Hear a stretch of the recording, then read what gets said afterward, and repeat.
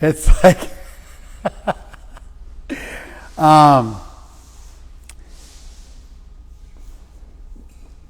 it's funny, but I was just,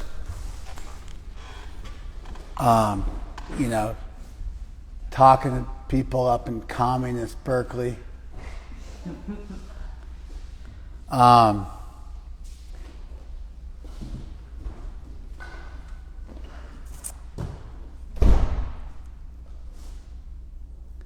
I think fundamentally everybody's trying to be a part of something bigger than themselves. I think unless you're looking at very, very low empathy people like narcissists who generally, would not diagnose themselves as narcissists. Most people who aren't fractured to such an extent that they're just thinking about themselves. And what have you done for me lately? That was a song when I was growing up. I mentioned that a few weeks ago. It was Janet Jackson. Was it Janet, or was it Paul Abdul or Janet Jackson? Janet Jackson. What have you done for me lately? Dun, dun, dun, dun, dun. Ooh, yeah. You know the song? Mm-hmm. 80s pop hit. I can't believe I just did that during the Sunday Feast lecture. So anyway, it's like an extreme narcissism that's being glorified and idealized in that song. But I think for most people in the world, I'm going to go big and be like 98% of people in the world, maybe 99% of people in the world. They have a broader sense of self than just what makes them feel good. Now, I think most people live like narcissists. And that's a bummer because what you do is kind of what you become. People don't understand this. But if you live a materialistic, you do whatever you need to do, man. Like, we're cool. I make as much noise as you need to. I'm not going to gripe at all. Okay, but whatever you need to do, we're good with. I sent you that link for that polyurethane. There's a water and oil-based. We're on camera, but I just don't want to lose you. There's that water and the oil-based. It looks like going self-leveling. It looks like a really good product. It's the best one I could find. But I spent half an hour on hold, couldn't get anybody. So I left it to you. JD's at Home Depot. And so you can...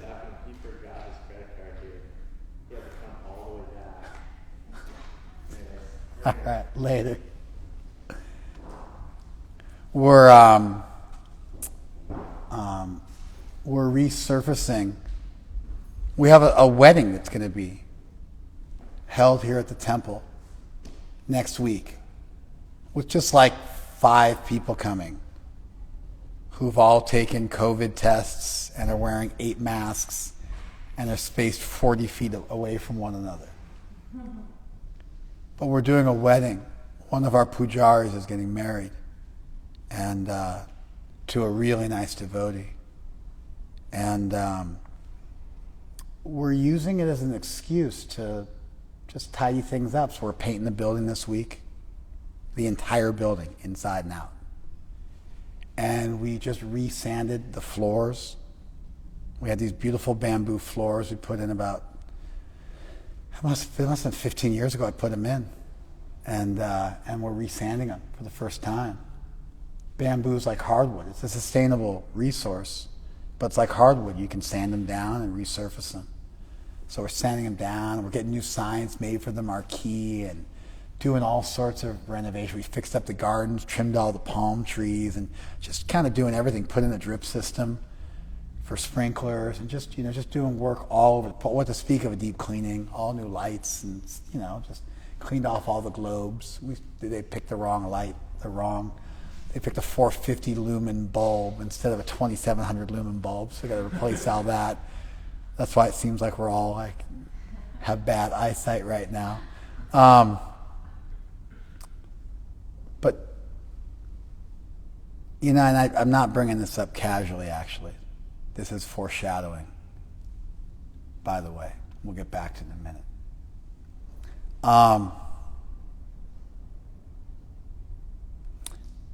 I think by and large people want to be part of something bigger than themselves. And I think there's two major problems with that we need to look at. One problem is that if you live like a narcissist, and let me explain exactly what I mean when I say live like a narcissist. If you regularly do stuff just because it feels good, even though it's not good. Now, obviously, we have to define what good is to have a really rigorous discussion. I don't want to do that today. Do it some other time, but not today. If you do stuff just because it feels good, even though it's not ultimately going to help you move forward in your life, that's living the life of a narcissist.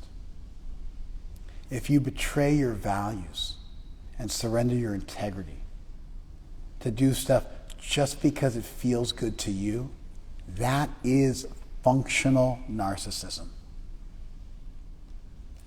And the problem is that the way you live is what you become.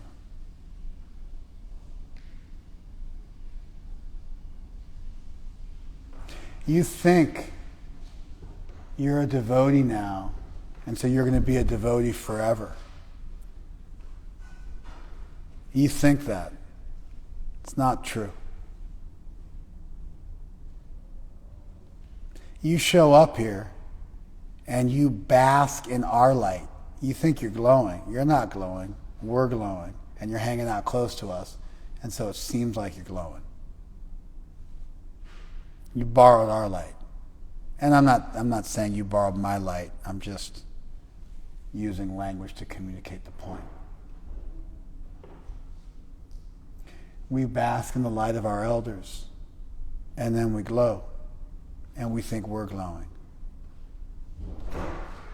And then when we separate ourselves from that, and we move away, we become dull.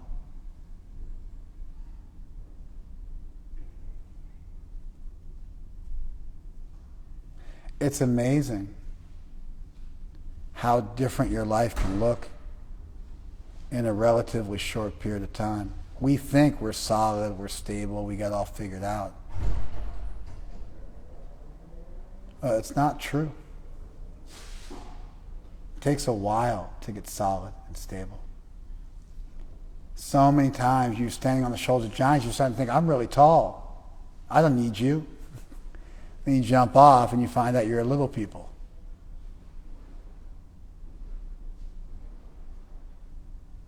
Cool earrings.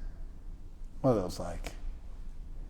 Cotton ball? Like cotton candy earrings? What are those? Like furry, like fur ball earrings? Sorry, Ella. We think, you become a devotee, you do a little kirtan, you're celibate, you're sober, like magic happens. You think like, man, I feel like I feel so good. Right? And then things change. They can change so much, isn't it? You've been in some weird situations in your life, isn't it? It's like, how did I get here, right?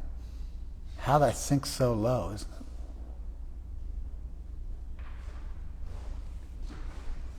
We shouldn't be proud. We should understand we're standing on the shoulders of giants. We should feel bad that we're standing on their shoulders because it's offensive to put your feet on somebody else. And we should be grateful for the vision we have, and we shouldn't think it belongs to us yet.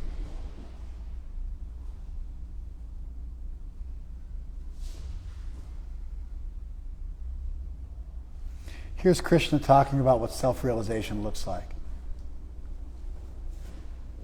Yatra uparamate chittam nirudham yoga sevaya. When by the practice of yoga, yoga sevaya, by the practice of yoga, nirudham, chittam, Uparamate yatra. When by the practice of yoga your mind is completely restrained and quieted. How quiet's your mind? You follow? Just a real simple one. How quiet's your mind?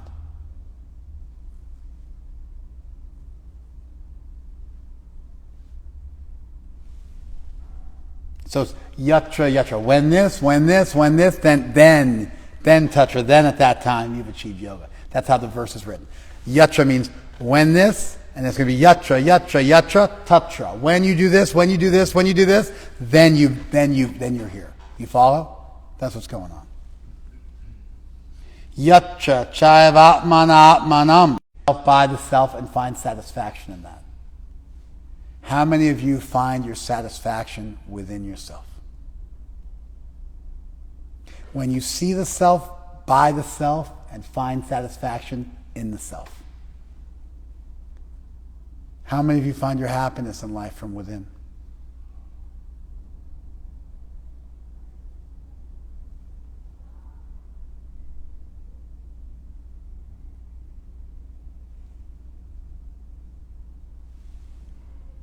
Sukhamatyantikam chatat buddhigrahyam atindriyam. And you find an absolute happiness that goes beyond the grasp of the intellect. Your intellect is buddhi. Buddhigrahyam atindriyam. You find an absolute happiness. Sukham atyantikam. Sukham is like happiness, and dukkam is distress. This is sukham atyantikam. Usually we say to people, get over happiness and distress. But this is, you're experiencing a happiness which is absolute. There is no distress. And it's atindriyam, it's beyond the senses. Buddhigrahyam, it's grasped through the consciousness alone. How many of you experience a happiness which goes beyond the senses, which is pure consciousness, which is absolute, which has no sadness attached, which has no beginning and end? You follow? Veti yatra na chaivayam stitas chalati tattvataha. And when you've achieved a state where you know the truth and you're never moved from it. You've decided who you are and what you stand for, and nothing moves you from that. How many of us can claim that?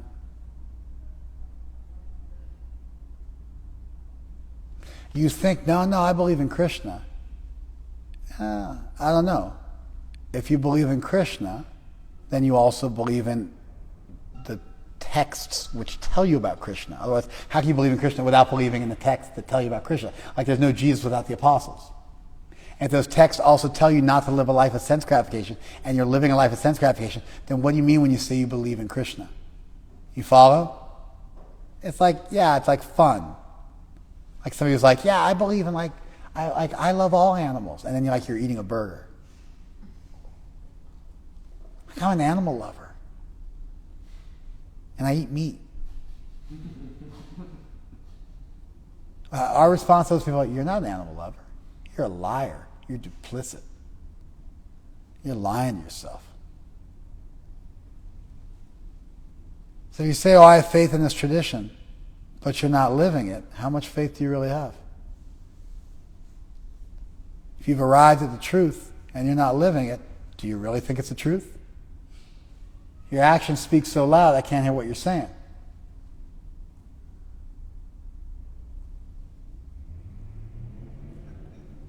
You following this? Yam ladvacha param labham manyate nadhikam tata. And understanding this, you think there is nothing better in life. There's no keeping up with the Joneses. There's no grass is green on the other side. I'm happy doing this. I don't want to do anything else.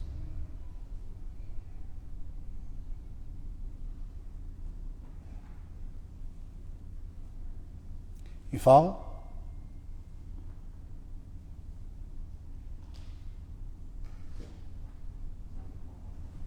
Does that make sense? When you've got that, when you've found a happiness in the self, by the self, when your mind is curbed, when you've found knowledge that you're never moved from, when you've gained something and there's nothing left to gain, you're happy. And even in the greatest difficulty, because see, difficulties happen even to spiritualists, you're not moved. Nothing can move you. The earth can burn. The earth can freeze over. And nothing will move you from your resolve and your integrity and your determination. You found something to anchor yourself to that nothing can touch, even time. Tam vidya dukkha samyoga viyogam yoga samyatam. Then you should know that yoga is when that state of being, and when you've unshackled yourself from your yoga to suffering, when you disunite yourself from suffering, when you unyoga yourself from suffering, then that's called yoga.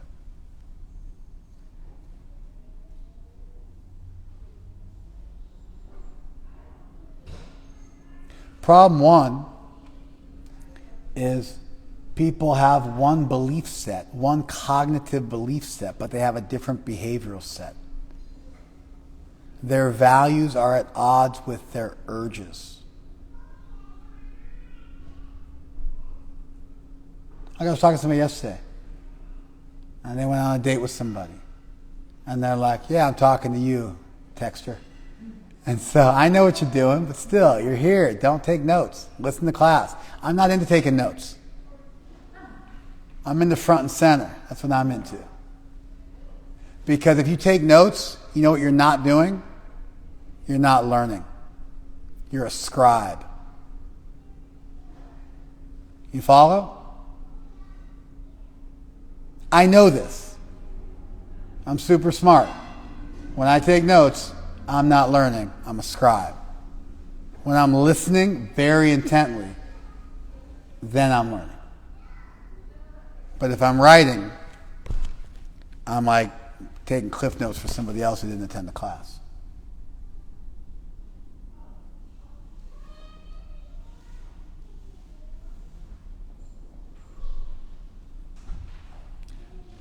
Someone on a date, and they're like, oh yeah, I'll probably see the guy again, but I don't think it's going anywhere.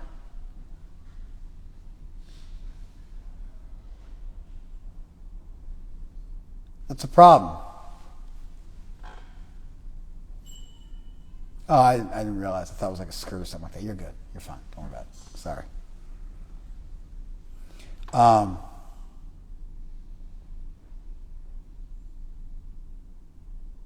If it's not going somewhere, then why go out with her again? You follow?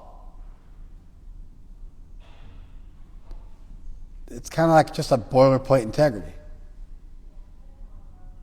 I'm only gonna engage with somebody with something where there's some it's potentially aligned with my future and what I'm doing.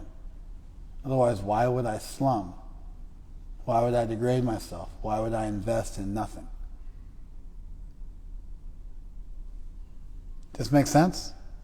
For kicks. But it's this incredible cognitive behavioral discord. We're all guilty of that. How many thought patterns and negative emotions, negative behaviors do you engage in which are at odds with your values and at odds with your ideals on a regular basis?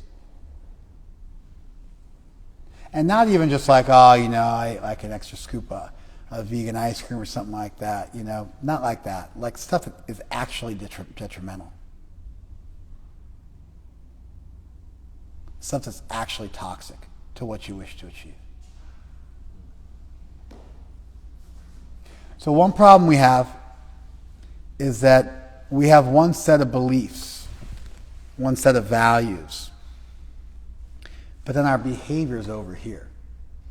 And nobody does the math. If your behavior is over there, that's where your head's going to be in 5 minutes. You're creating your future through your actions today.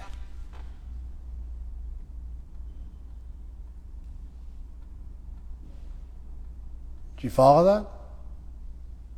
Second one is what you're valuing isn't worth valuing. So either you value the right thing, but your life is at odds with what you value, and you've got a problem because you're going to be over there pretty quick. And we see this all the time. Devotees come and go. You were born a devotee. How many guys you grew up with are just doing like nonsense now? How many guys you were in Vrindavan with are just doing nonsense now? Huh? I never really hung out with anybody. Weren't you in Vrindavan? Yeah, but I was just in the ashram. None of those guys left? I mean, maybe. I don't know. I know they left. I just counseled the guy from the ashram in Vrindavan who was like a meth addict. Staying in a hotel up in LA. I'd like talk him into a clinic. I don't know what you're saying, but I don't want to talk about Chicago. So, just keep it together, dude.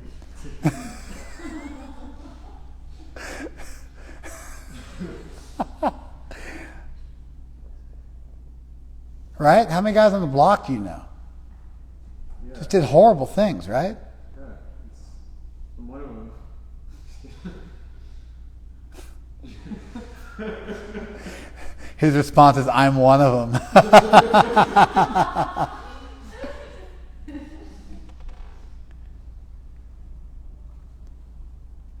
You've been having a rough time, right? Sure. Different than when you were hanging out with us all the time, right? It affects you, doesn't it?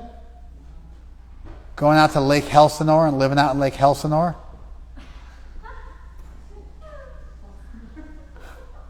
I just made that up.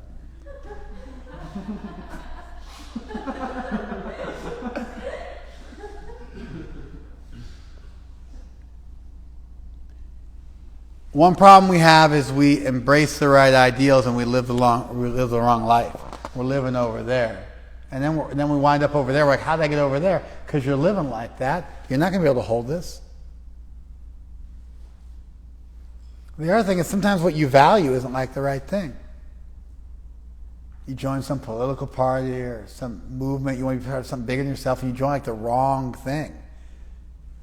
You invest in some fallible soldiers.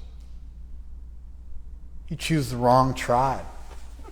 You follow? Does that make sense? This is a high thing.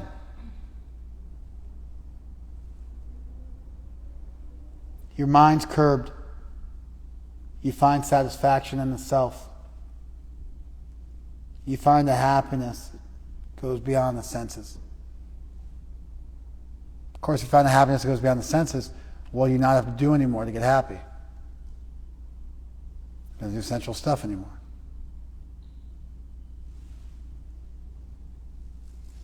You never move from the truth, even in the greatest difficulty, and you feel like, man, I found the Holy Grail. This is the best. And you feel like that forever. Everybody's looking to be a part of something bigger than themselves. Trump's followers want to be a part of something bigger than themselves. QAnon people want to be a part of something bigger than themselves. White nationalists want to be a part of something bigger than themselves. Everybody wants to be a part of something bigger than themselves. Your people at your coffee shop want to be part of something bigger than themselves. The people at your pop-up, the people who go to your Instagram shop, everybody, the guys on the basketball court you hang with, the people who patronize a yoga studio. Everybody wants to be part of something bigger than themselves. Oftentimes we pick these fallible soldiers. We pick the wrong tribe, we pick the wrong group, we pick the wrong message. There's an easy cure for that. You hang out with smart people, you educate yourself, you realize the paltriness and the trivialness and the materialism, and then you know, if you get with the, you know, if you get lucky, you hear about some wisdom, some otherworldly wisdom, and you can attach yourself to something higher, and that is a bigger thing, and then you can fight the good fight, which is try to bring your lifestyle in alignment with that. But you get two problems. You value the wrong thing, And over there, even you value the right thing, you're living the wrong thing. You guys following me? It's funny because, I was just, this is why I said I was foreshadowing before. I'm doing the same thing I was. I've been doing the same thing since I was 16 years old. I'm a devotee. My life centers around serving the deity. That's who I am. That's what I do. Every week, I'm serving the deity. I'm fixing the floor. We're painting. We're cooking. We're cleaning. We're training people. We're bringing people into the flock. We're training people. We're either worshiping the deity or we're training people to worship the deity. We're either studying or we're teaching. We're either chanting or we're teaching other people to chant. I'm doing it myself. I'm helping other people do it. Jai did me paint this building. I've been here before Jai did. I was here 10 years before Jai did. We've been here a dozen years together. Maybe he's been here 15. I've been here 22, something like that. We painted this building a dozen times. We're sitting around talking about it the other day over lunch. Like, we painted this building a dozen times. Like every color. You should paint yellow. Yeah, we did that. You should paint blue. Yeah, we did that too. How about green? Yep, done that. Cream? Yep. Something darker? Yep. How's like a warm color? Yeah, I've done that twice. I put in the floor. Now we're resurfacing the floor we put in. You know what I mean? I remember we sanded the last floor. So darn old, we sanded right through it. You can only sand the floor so many times, and then let the sand. Eventually it goes down, down, down until it's nothing. We start rubbing through it. We got to replace the floor. Got some money together, replace the floor. Now we're sanding the floor. Painting this, fixing that. We're doing the same thing we've always done. Wake up every day. We got 16 rounds of chant. We got 4 regular principles to follow. We got people to counsel. We got kirtan to do, deities to worship, service to do, cleaning to do. You follow? That's my life. That's it. I want to do this till the day I die. Serve you here or else. Let me be here forever. We're supposed to go in for Vrindavan and Mayapur. I love those places. I dream about them all the time. I meditate on them every day.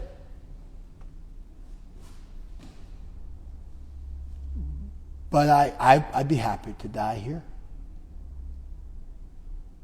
I would never want to leave these deities because there's something better. There's nothing better. This is it. I'm happy. I found a woman. I'm not looking for another woman. I found some kids. I'm not looking for other kids. I found a mission. Not looking for another mission. I found a set of deities. Don't need any more. I found a tribe. Happy with my tribe. I found service. Just want to keep doing it. Stay with my gurus. Follow all my rules. Follow their mood. So this state is a state of self-realization, a high state of self-realization I'm still chipping away at and working on.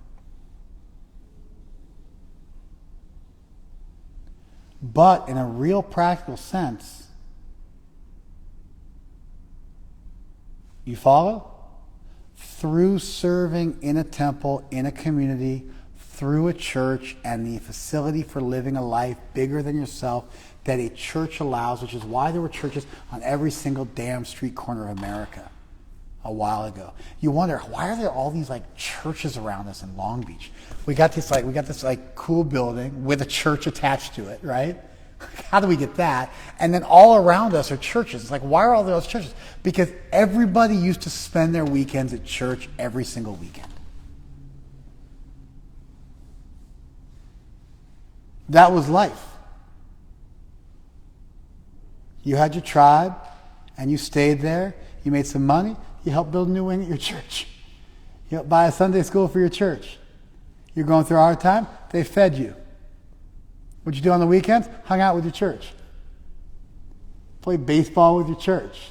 Did whatever. That was it. That was your tribe. That was your people. You were born with them. You grew up with them. You made your life with them, and then you died with them. I got nowhere else to be.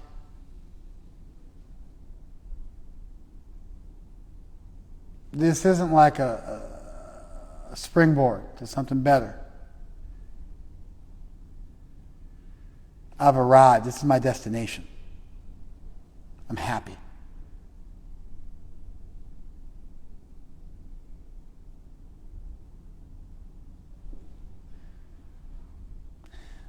That's the first step in achieving this.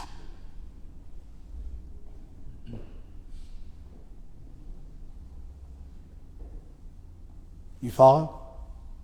You kind of get sorted out behaviorally, and then you work on the fine finishing. Just like when we sand that floor. I was talking to Kat today.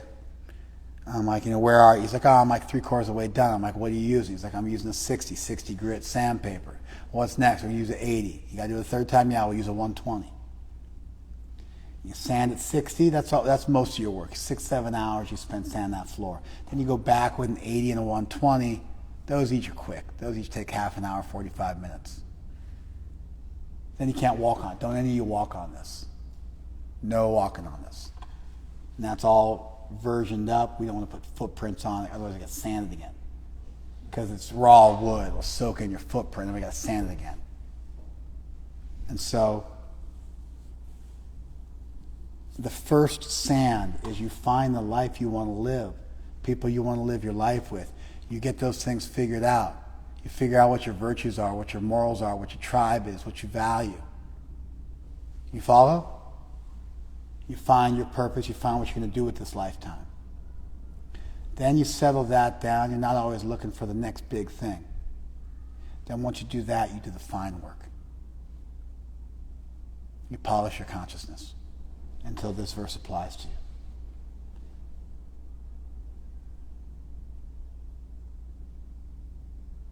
You got two problems. You value the wrong thing, and your life is at odds with what you value. So what do?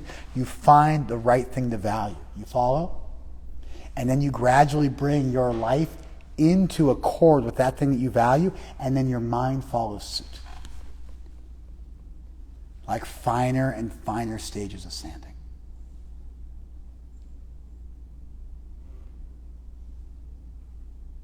I got nothing else to do. I'm here for Krishna. This is my life. I can't wait till I can retire from everything else. My Shiksha Guru, one of my Shiksha Gurus, Vaisheshika Maharaj, who I have so much admiration for, about 10 years ago, he was able to retire from working, and he became a full-time missionary. And I remember he was writing a letter to one of his aspiring disciples, and he was giving it to me to give to them. And it said, I have no other business than to help you with your spiritual life. And I was like, that's what I want. I want to be like him. That's my goal. I found my tribe. My behavior is appropriate. My behavior is not at odds with what I want to achieve. And I'm working on gradually bringing those things fully into accord. Does this make sense? You pick the right tribe. You do the rough sanding of your lifestyle. And you do the fine work on your consciousness.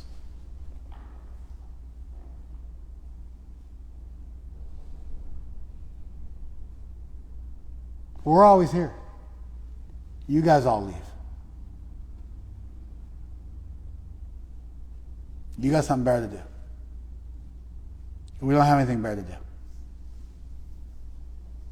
You leave, you come back, we're still here. Oh my God, you guys still here? Yeah, we're still here. Got some new palm trees growing, redecorated the place, new paint job, new beautiful outfits for the deities, some new jewelry we made for the deities, some new outreach missions we're doing, some new realizations on the Gita, reading the same book every day for 30 years. And it's like I've never read it before. Every day is fresh. I see new things in it every single day.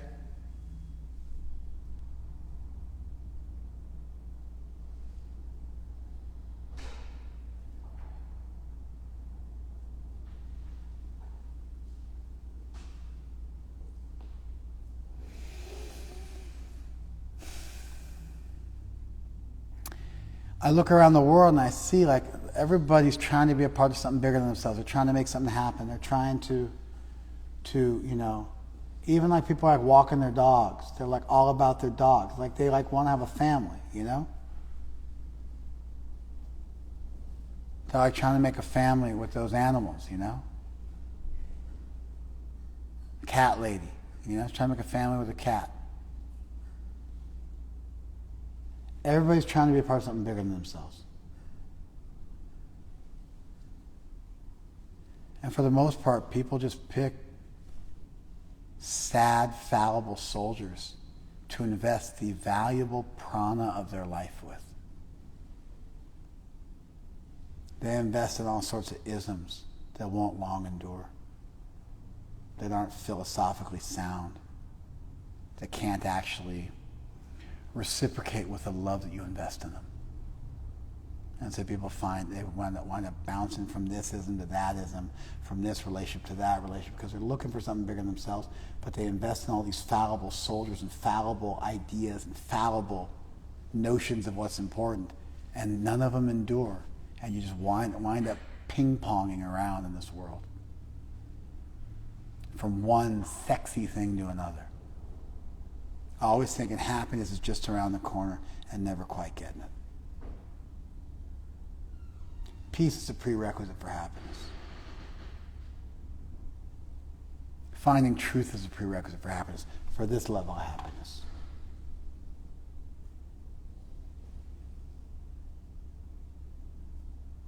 We got to find the right tribe, we got to find the right value system, we got to find the right thing, and then we got to not be willing to give up our integrity for anything. Life's actually pretty simple. Make a commitment and then keep it. Give your word and then keep your promise. Commit and then own that commitment. You follow? Get strong and help others. Anyway, we got to find our value system, and then we got to really sit with it and look at how different our life is in it, and start to move our life into accord with our value system. If you do that, you got a shot. Otherwise, it's just 5 minutes and you're going to be bouncing away. And it's just so sad. Somebody bounces into such a beautiful, powerful, earth-shatteringly gorgeous tradition. It's got everything you could ever want and more. Maybe we're not the only game in town. Maybe there's some better religion. Sure, why not? I haven't heard about it, but I'm totally open to it. But for sure, we're top of the pops. For sure, we're a top 20s hit, We're a double platinum, double diamond, gold, We're a triple platinum,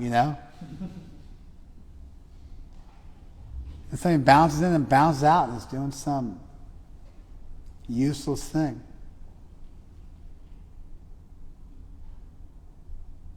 Don't be that person. Stick around. Get solid.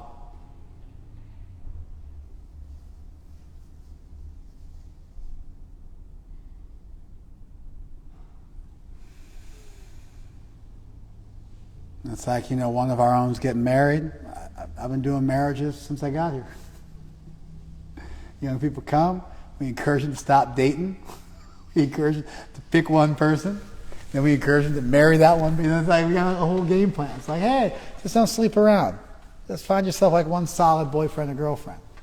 You should move in with that person. You should probably get engaged to that person. We'll tell you to move in with that person, get engaged, if you're if we didn't get you early. If we get you early and you become a celibate monk, then we're way heavier. Then we're don't have sex with that person. You get engaged, at that altar.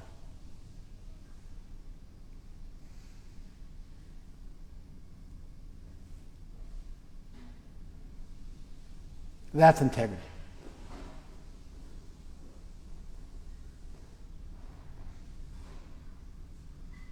You take your vow and you keep your vow. You make a promise and you keep it. You find your tribe and you honor it. We got here, we're doing the same thing. Meet young people, give them advice, help them come up the ladder, help them move through life, and stay close to Krishna while they're doing it.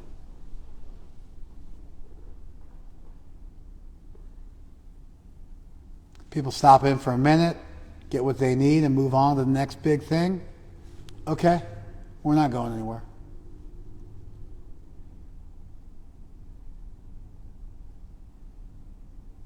It's sad because it's like, I thought we were in this together. I thought you were going to hang out. I thought you saw what I saw. I thought you valued what I value. I thought we were going to run this marathon together. You follow? It's a weird thing.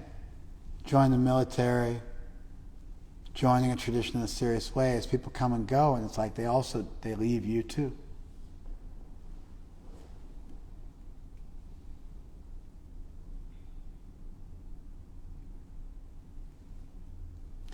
But it's not weird enough that it makes me not happy to be where I am, doing what I'm doing. I just start to think, oh, they didn't really get it, did they? You know? It's not like they upgraded to some deeper spirituality. They started playing pinball or something. Became like, a professional pinball player. You know what I mean? Got really good at juicing. Became like or got really good at brewing coffee, and that became their life. You look at the next ism and it's just like, really? That's what you did?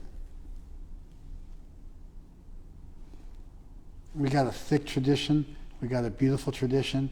You can sink your teeth into it, and you can never come to the end of it.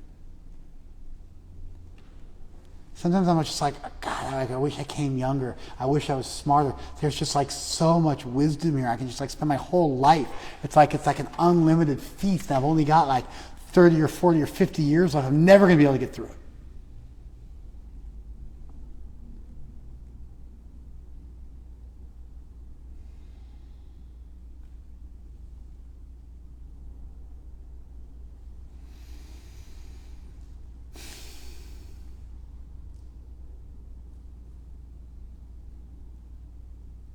Find your purpose carefully. Make sure you're not paying diamond prices for broken glass. Find the right mission. Find the right tribe. Find the right people.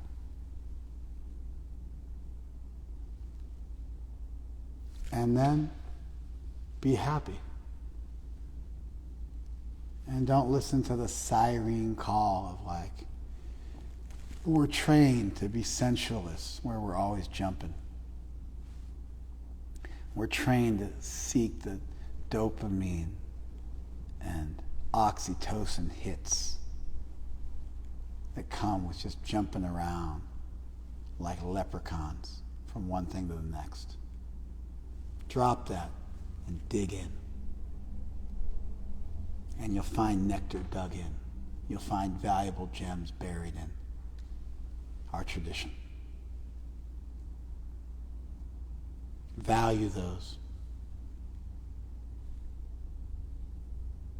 Let go of the paltry stuff. Live a life worth living. Find the right troop. Bring your life into accord with it, and then do the fine work of refining your consciousness. And pretty soon you'll start touching this verse. Where you find something you think there's nothing better, you're never shaken, you're never moved, nothing breaks you. You always just get better. You find a happiness that goes beyond the senses, and you find something that you'll never get to the end of. You find an endless love. My guru wrote a paper called An Endless Love. That's what our movement has. When people bounce, I found something else, I'm always like, dude, why? Did you miss it? Did you miss what was here?